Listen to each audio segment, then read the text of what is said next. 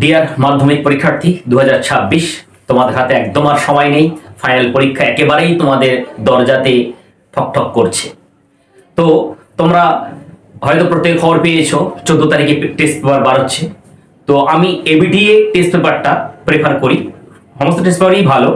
তো ABTA test পেপারটা তোমাদের জন্য সলভ করব। তোমরা 16-17 তারিখের মধ্যে ভিডিও পেয়ে যাবে এবং তো তোমরাও চেষ্টা করো যে আগে থেকে টেস্ট পেপারে ইংলিশগুলো সলভ করে রাখবে। এবং সলভ করে রাখলে কি হবে, আমি ওই টেস্ট পেপার থেকে যে পেজগুলো তোমাদের জন্য সলভ করে দেবো, তোমরা মিলিয়ে নিজেকে মানে টেস্ট ইউরসেলফ, নিজেকে চেক করে নিতে পারবে। এবং এতে তোমাদের সুবিধা কি হবে, তোমরা যারা 90+ নাম্বার পেতে চাও, তোমাদের হাতে একদম সময় নেই, একদম সময় নেই।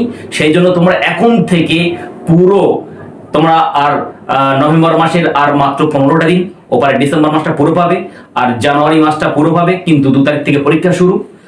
তো এই 15 দিন, নভেম্বরের 15 দিন যেন নষ্ট না হয়, কারণ এই শীতকালে অনেক মেলা, অনেক পিকনিক, অনেক কিছু হবে, অনেক বিয়ে বাড়ি পড়বে। এগুলো বাদ দাও এবছর, কারণ জীবনে বিয়ে বাড়ি অনেক পাবে, অনেক মেলা পাবে, কিন্তু মাধ্যমিক একবার মিস হয়ে গেলে আর পাবে না।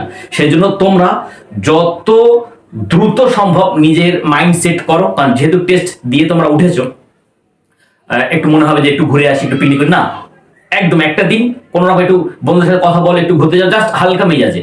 খুব ভারী পুরো সারাদিন ঘুরলে বা মেলাতে করলে অসুবিধা হয়ে যাবে। তো তোমরা পুরোপুরি 7টা সাবজেক্ট কিভাবে পড়বে, তোমাদের যে টিচারগুলো রয়েছে তোমরা তাদের সঙ্গে আলোচনা করো। তো আমি বলবো পুরো তোমরা একদম সারাদিন, যেহেতু কোনো স্কুল নেই, 24 ঘন্টার মধ্যে তোমরা ম্যাক্সিমাম টাইমটা লেখা এবং পড়ার মধ্যে কাজে লাগাও। কেন লেখা প্রথম বললাম, কারণ অনেক স্টুডেন্ট বলে স্যার পড়া মনে থাকে না।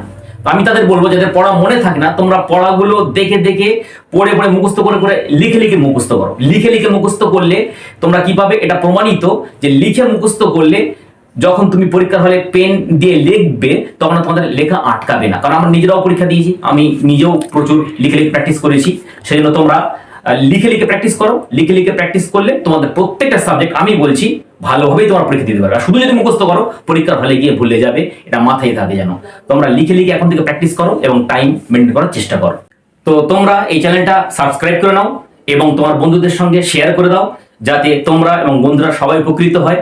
আশা করছি তোমরা এই চ্যানেল থেকে অনেক উপকার পাবে।